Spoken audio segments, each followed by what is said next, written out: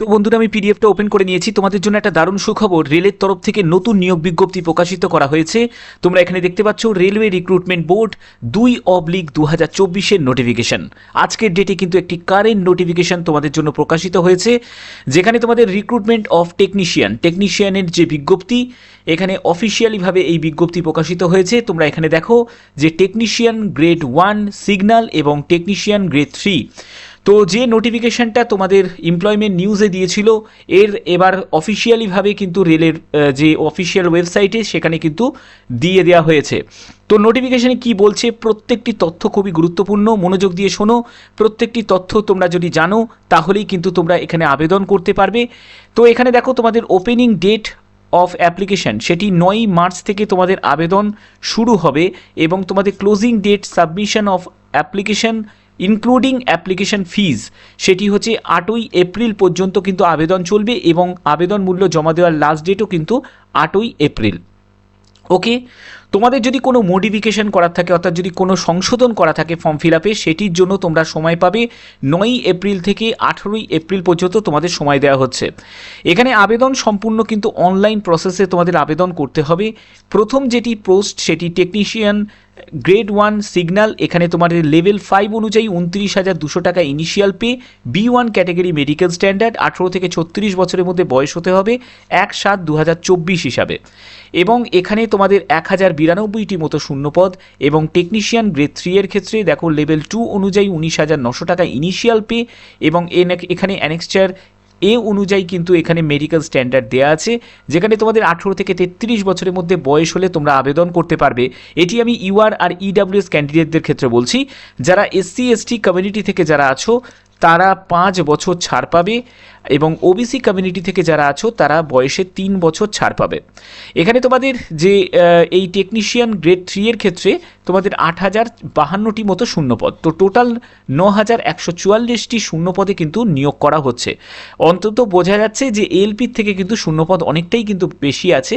তো এখানে দেখো 3 বছর যে এজ রিল্যাক্সেশন, এই এজ রিল্যাক্সেশনটা কিন্তু ওয়ান টাইম। আমি কিন্তু প্রত্যেকটি ভিডিওতে এবং প্রত্যেকটি নোটিফিকেশন যখন আমি রেলের পড়ছি, সেই ক্ষেত্রে কিন্তু তোমাদের এটা বারবার করে আমি রিমাইন্ড কেন করে দিচ্ছি, যারা ওভারেজ ক্যান্ডিডেট আছো তারা যাতে আর আশা করে যাতে না থাকো যে আমরা 25এও আমরা এই 3 বছর ছাড়টা পাবো।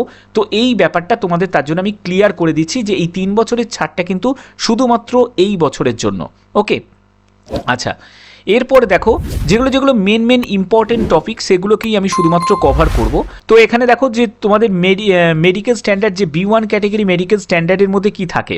B1 ক্যাটাগরি মেডিকেল স্ট্যান্ডার্ডের মধ্যে হচ্ছে উইথ অর উইদাউট গ্লাসেস 6/9 6/12 হচ্ছে ডিস্টেন্স ভিশন হতে হবে, ঠিক আছে। অর্থাৎ দূরের কোনো দৃশ্যকে দেখার মতো যেটা সেটি হচ্ছে 6/9 6/12 কিন্তু হতে হবে। এখানে তোমাদের পাওয়ার অফ লেন্স কিন্তু 4 ডায়োপ্টারের বেশি কিন্তু হলে হবে না। মনে রাখবে 4 ডায়োপ্টারের বেশি যদি পাওয়ার অফ লেন্স যদি হয়, মানে চশমার পাওয়ার যদি হয়, তাহলে কিন্তু তোমাদের এখানে কিন্তু রিজেক্ট করে দেওয়া হবে, ঠিক আছে। তো এখানে আনফিট করে দেওয়া হবে। তো এখানে তোমাদের নিয়ার ভিশনের ক্ষেত্রে বলছে, মানে কাছের দৃষ্টির ক্ষেত্রে তোমাদের 0.6 উইথ অর উইদাউট গ্লাস। তোমাদের কোন কোন টেস্টগুলো হবে, colour vision test, binocular vision test, night vision test, অর্থাৎ মেসোফিক ভিশন টেস্ট। অর্থাৎ এইগুলোর মধ্যে যদি তোমার কোনো সমস্যা যদি থাকে, নাইট মানে রাতকানা রোগ বা তোমাদের বর্ণান্ধ রোগ যদি থাকে, তাহলে কিন্তু আবেদন করো না, কোনো লাভ হবে না, মেডিকেলে গিয়ে কিন্তু আনফিট করে দেবে। ওকে, আচ্ছা, এখানে তোমাদের এগুলো কিন্তু বলা আছে। আর একটা কথা বলি, সেটি হচ্ছে দেখো বি পয়েন্টে কি আছে, candidate who have undergo LASIK surgery, অর্থাৎ যারা ল্যাসিক সার্জারি করেছো এবং এনি আদার সার্জারি যারা করেছো are not eligible for post required the medical standard A3, অর্থাৎ A3 মেডিকেল স্ট্যান্ডার্ডের জন্য তারা কিন্তু যোগ্য নয়। অর্থাৎ এখানে বোঝা যাচ্ছে যারা B1 ক্যাটাগরি মেডিকেল স্ট্যান্ডার্ড এবং যাদের B2 category medical standard C1 C2তে তো থাকবেই, তাহলে তাদের ক্ষেত্রে কিন্তু ল্যাসিক সার্জারি বা এনি আদার যদি কোনো চোখে যদি তুমি সার্জারি করে থাকো, তারপরে যদি তোমার কোনো রকম কোনো রিফ্রেক্টিভ এরর যদি না থাকে, মানে চোখের আর কোনো যদি সমস্যা যদি না থাকে, তাহলে কিন্তু আবেদন করতে পারবে এই B1 B2 ক্যাটাগরির ক্ষেত্রে। অর্থাৎ টেকনিশিয়ানের ক্ষেত্রে চোখে যদি কোনো তোমার সার্জারি হয়ে থাকে, আবেদন করা যাবে, কোনো অসুবিধা কিন্তু হবে না। ওকে, আচ্ছা, রিল্যাক্সেশনের ব্যাপারটা তোমাদের এসসি এসটিদের ক্ষেত্রে 5 বছর এবং ওবিসিদের ক্ষেত্রে 3 বছর, এবং এখানে এক্স সার্ভিসম্যানদের ক্ষেত্রেও তোমরা একটু দেখে নিও এবং দেখো ফিজিক্যাল হ্যান্ডিক্যাপ যারা আছো তারাও কিন্তু আবেদন করতে পারবে। যেখানে যারা ফিজিক্যাল হ্যান্ডিক্যাপ ইউআর এবং ইডাব্লিউএস ক্যাটাগরি তারা 10 বছরের রিল্যাক্সেশন পাবে, ওবিসিরা 13 বছর এবং এসসি এসটিরা 15 বছরের কিন্তু রিল্যাক্সেশন পেয়ে যাবে। ওকে, আচ্ছা, এখানে তোমাদের আবেদন মূল্য কত টাকা লাগছে? আবেদন মূল্য লাগছে হচ্ছে যে অল ক্যান্ডিডেট মানে হচ্ছে ইউআর, ইডাব্লিউএস এবং ওবিসি ক্যান্ডিডেট যারা আছো তাদের ক্ষেত্রে 500 টাকা আবেদন মূল্য লাগছে। ঠিক আছে, এটা কিন্তু পরে তোমরা 400 টাকা কিন্তু রিফান্ড পেয়ে যাবে। অবশ্যই তারা মেল ক্যান্ডিডেট হতে হবে। ঠিক আছে, আর যারা female candidate, SC ST, ex serviceman, female, transgender, তারপরে ইকোনমিক্যালি ব্যাকওয়ার্ড ক্লাসেস, তাদের ক্ষেত্রে 250 টাকা কিন্তু আবেদন মূল্য লাগছে। পরবর্তী সময় তারা কিন্তু পুরো এই 250 টাকাটাই কিন্তু রিফান্ড পেয়ে যাবে। ওকে, আচ্ছা, দেখো তোমাদের সিলেকশন প্রসেস কি থাকবে। এখানে সিলেকশন প্রসেসটা যেটি থাকবে, প্রথমে তোমাদের সিবিটি এক্সাম হবে, তারপরে তোমাদের ডিভি হবে, তারপরে তোমাদের মেডিকেল এক্সামিনেশন হবে। এবার সিবিটির ক্ষেত্রে কি থাকছে দেখো, সিবিটির ক্ষেত্রে দেখো যে টেকনিশিয়ান গ্রেড 1 সিগন্যালের ক্ষেত্রে তোমাদের লেভেল 5 অনুযায়ী যে পোস্টগুলো আছে সেখানে তোমাদের 100টা কোশ্চেন থাকবে, 100 মার্কসের, তোমাদের 90 মিনিট কিন্তু তোমরা সময় পাবে। 1/3 নেগেটিভ মার্কিং থাকবে, অর্থাৎ 3টে ভুল উত্তরের জন্য প্রাপ্ত নম্বর থেকে 1 নম্বর কাটা যাবে। এখানে তোমাদের সম্পূর্ণ কিন্তু মাল্টিপল চয়েস টাইপের প্রশ্ন হবে এবং মাল্টিপল শিফটে কিন্তু পরীক্ষাটি হবে, মানে একদিনে হয়তো 3টে থেকে 4টে মতো শিফট কিন্তু তোমাদের থাকবে।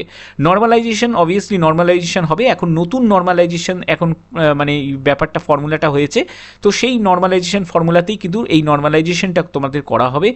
এবং তোমাদের দেখো যে সিলেবাসগুলো কিন্তু এখানে সম্পূর্ণ দেওয়া আছে, general awareness, general intelligence and reasoning, basic computer and application, mathematics থাকছে, তারপরে বেসিক সায়েন্স অ্যান্ড ইঞ্জিনিয়ারিং। তো এই সব ব্যাপারের উপর কিন্তু প্রশ্ন থাকবে।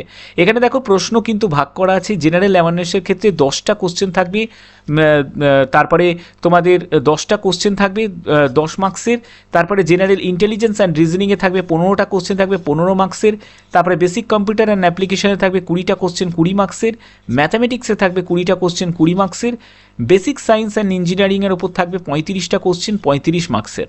ঠিক আছে, আচ্ছা, যারা ফিজিক্যাল হ্যান্ডিক্যাপ যারা ক্যান্ডিডেট আছো তারা কিন্তু 30 মিনিট কিন্তু এক্সট্রা টাইম পাবে, অর্থাৎ তাদের কিন্তু 2 ঘন্টা সময় দেওয়া হচ্ছে, 120 মিনিট তারা সময় পাচ্ছে। এবং দেখো টেকনিশিয়ান গ্রেড 3 এর ক্ষেত্রে কি সিলেবাসটা থাকছে, এখানে টেকনিশিয়ান গ্রেড 3 ক্ষেত্রে তোমাদের এখানে যেটি থাকবে সেটি হচ্ছে ম্যাথামেটিক্স থাকবে 25টা কোশ্চেন 25 মার্কসের, জেনারেল ইন্টেলিজেন্সে থাকবে 25টা কোশ্চেন 25 মার্কসের, জেনারেল সায়েন্সে থাকবে 40টা কোশ্চেন 40 মার্কসের, জেনারেল অ্যাওয়ারনেসে থাকবে 10টা কোশ্চেন 10 মার্কসের, অর্থাৎ 100টা কোশ্চেন 100 মার্কসের তোমাদের পরীক্ষাটি হবে। তো এখানেও কিন্তু 1/3 নেগেটিভ মার্কিং থাকবে। তারপরে দেখো তোমাদের ডিবি হবে এবং তোমাদের মেডিকেল ফিটনেস যে টেস্ট সেটি কিন্তু মেডিকেল সেটি হবে। তো এখানে তোমাদের সম্পূর্ণ তোমরা যে কোনো একটি আরআরবি কিন্তু তোমরা চুজ করতে পারো, যে কোনো আরআরবিতে, এরকম কোনো ব্যাপার নাই যে তুমি কলকাতা আরআরবি মানে ওয়েস্ট বেঙ্গল থেকে বিলং করো বলে শুধু কলকাতাকেই তোমাদের চুজ করতে হবে। তোমরা চাইলে গুয়াহাটিতেও আবেদন করতে পারো, তুমি চাইলে আজমেরেও আবেদন করতে পারো, যে কোনো আরআরবিতে তুমি আবেদন করতে পারবে। ওকে,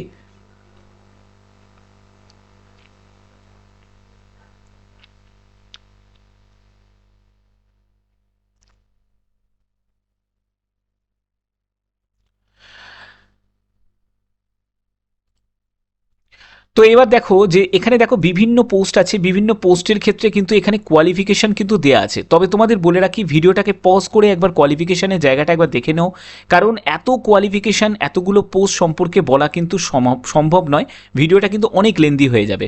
এখানে দেখো B1 ক্যাটাগরি, B2 ক্যাটাগরি কিন্তু মেডিকেল স্ট্যান্ডার্ড থাকছে, অর্থাৎ চশমা পরে অথবা চশমা না পরেও কিন্তু আবেদন করা যাবে। A3 ক্যাটাগরি মেডিকেল স্ট্যান্ডার্ড শুধুমাত্র এই টেকনিশিয়ান গ্রেড 3 ট্র্যাক মেশিন, এটা কিন্তু শুধু A3 ক্যাটাগরি মেডিকেল স্ট্যান্ডার্ড, মানে একটু টাফ ওদের তুলনায়, মানে B1 B2 তুলনায় একটু টাফ মেডিকেল স্ট্যান্ডার্ড। তো এখানে দেখো তোমাদের নর্মালি যে যোগ্যতা যেটি প্রয়োজন আমি একটি বেসিকভাবে বলে রাখছি। তো এখানে দেখো তোমাদের মাধ্যমিক পাস যোগ্যতা থাকতেই হবে, সঙ্গে তোমাদের ITI করা থাকতে হবে। তো এখানে তোমাদের যে তোমরা যেমন এখানে দেখছো টার্নার দেখছো, তো টার্নার নিয়ে নিশ্চয়ই তোমাদের ITI করা থাকতে হবে। ঠিক আছে, তারপরে হচ্ছে যে তোমাদের যেমন দেখছো যে এখানে তো এখানে দেখো তোমাদের ফিটার আছে, টেকনিশিয়ান গ্রেড 3 ফিটার। তো এখানেও দেখো তোমাদের মাধ্যমিক সঙ্গে তোমাদের আইটিআই করা থাকতে হবে, অর্থাৎ বুঝতে পারছো যে এখানে কিন্তু মাধ্যমিক সঙ্গে কিন্তু আইটিআই কিন্তু ম্যান্ডেটারি। তো এই যোগ্যতা কিন্তু তোমাদের থাকতে হবে, এবং বিভিন্ন পোস্টের বিভিন্ন ট্রেড নিয়ে সেই যোগ্যতা যদি তোমার থাকে তাহলে তুমি সেই পোস্টের জন্য কিন্তু আবেদন করতে পারবে। ঠিক আছে, অর্থাৎ এগুলো কিন্তু সম্পূর্ণ কিন্তু তোমাদের দেওয়া আছে, ফিটার, ওয়েল্ডার। এবং একটা কথা মনে রাখবে, শুধু ফিটার নিয়ে যদি তুমি করে থাকো শুধু একটা পোস্টের জন্য নয়, তুমি ফিটার নিয়ে যতগুলো পোস্টের তোমাদের ফিটারের যোগ্যতা চাওয়া হয়েছে সেই পোস্টগুলোতেই তুমি কিন্তু আবেদন করতে পারবে। তো এখানে ভিডিওটাকে পজ করে একবার দেখে নিতে পারো, ঠিক আছে, কারণ এতগুলো যদি আমি পোস্টগুলো সম্পর্কে বলতে চাই তো অনেক ভিডিওটা কিন্তু অনেক বড় লেন্দি হয়ে যাবে। তো এখানে দেখো আরেকটি কথা তোমাদের বলে রাখি, যারা মানে কোনো আইটিআই করা নেই তারা কি আবেদন করতে পারবে? তারা আবেদন করতে পারবে কোন পোস্টের জন্য? সেটি হচ্ছে টেকনিশিয়ান গ্রেড 1 সিগন্যাল, এই পোস্টের জন্য আবেদন করতে পারবে। এখানে দেখো যোগ্যতা যেটি চাওয়া হয়েছে, তুমি যদি বিএসসি করে থাকো, ব্যাচেলার সায়েন্স যদি করে থাকো, মানে সেটি হচ্ছে ফিজিক্স, ইলেকট্রনিক্স, কম্পিউটার সায়েন্স বা ইনফরমেশন টেকনোলজি বা ইনস্ট্রুমেন্টেশন নিয়ে যে কোনো একটি নিয়ে, তাহলেও কিন্তু তুমি আবেদন করতে পারবে। অথবা এখানে দেয়া আছে যারা পলিটেকনিক ডিপ্লোমা করেছো তারাও কিন্তু আবেদন করতে পারবে এনি অফ অ্যাভভ স্ট্রিম, যে কোনো একটি স্ট্রিম নিয়ে, সেটি ইলেকট্রনিক্স হতে পারে, কম্পিউটার সায়েন্স হতে পারে বা আইটি হতে পারে, যে কোনো নিয়ে, ঠিক আছে। অথবা যারা বিটেক করেছো তারাও কিন্তু আবেদন করতে পারবে, কিন্তু স্ট্রিমগুলো মনে রাখবে, নয় তোমাদের ইলেকট্রনিক্স, কম্পিউটার সায়েন্স, আইটি অথবা ইনস্ট্রুমেন্টেশন নিয়ে যদি তোমার করা থাকে তাহলে বিটেক মানে ডিগ্রিধারীরাও কিন্তু আবেদন করতে পারছে, কিন্তু সেখানে কিন্তু সংখ্যায় খুবই কম, এই একটি পোস্টের জন্যই কিন্তু আবেদন করতে পারছে। বাদবাকি তোমরা যতগুলো পোস্ট দেখছো এখানে কিন্তু সবই কিন্তু মাধ্যমিক প্লাস আইটিআই, ঠিক আছে। তো সেক্ষেত্রে আশা করি তোমরা বুঝতে পেরেছো এখানে কি বলা হচ্ছে। তো এখানে ভ্যাকেন্সি কিন্তু টেবিলে কিন্তু ভ্যাকেন্সি কিন্তু ভাগ করা আছে, তোমরা একটু ভ্যাকেন্সিগুলো একটু দেখে নিতে পারো ভিডিওটাকে পজ করে। কলকাতাতেও কিন্তু মোটামুটি শূন্যপদ কিন্তু যা আছে, যদি তোমরা ঠিকঠাক করে যদি স্টাডি করো, স্টাডির ওপর যদি ভালো করে যদি ফোকাস করো, তাহলে কিন্তু এখানে পারফর্ম কিন্তু করা যাবে, ঠিক আছে। তো সেক্ষেত্রে আমি বলবো যে ভিডিওটাকে পজ করে ভালো করে দেখে বুঝে তারপরে কিন্তু আবেদন করবে, কারণ যে জায়গা তুমি একবার যদি কোনো আরআরবি যদি সিলেক্ট করে আবেদন করে ফেলো, পরবর্তী সময় কিন্তু তুমি কোনো রকমভাবে কিন্তু আবার রিপিটেডলিভাবে কিন্তু আবেদন করতে পারবে না। তো এই জায়গাটা কিন্তু খুব মাথা ঠান্ডা করে খুব বুঝে সুঝে কিন্তু আরআরবিতে আবেদন করবে, ঠিক আছে। তো আশা করি তোমাদের ভিডিওটার মাধ্যমে আমি যতটা পেরেছি সব কিছুকে কভার করার চেষ্টা করেছি। যদি তোমাদের কোনো কোয়ারি থাকে অতি অবশ্যই তোমরা কমেন্ট করবে, আমি যথাসময়ে তার উত্তর দেবো। তো যদি ভিডিওটা ভালো লাগে অতি অবশ্যই ভিডিওটাতে লাইক করে চ্যানেলটাকে সাবস্ক্রাইব করে বেল আইকন অল করে রাখবে। তো আজকের মতো এটুকুই, শুভরাত্রি।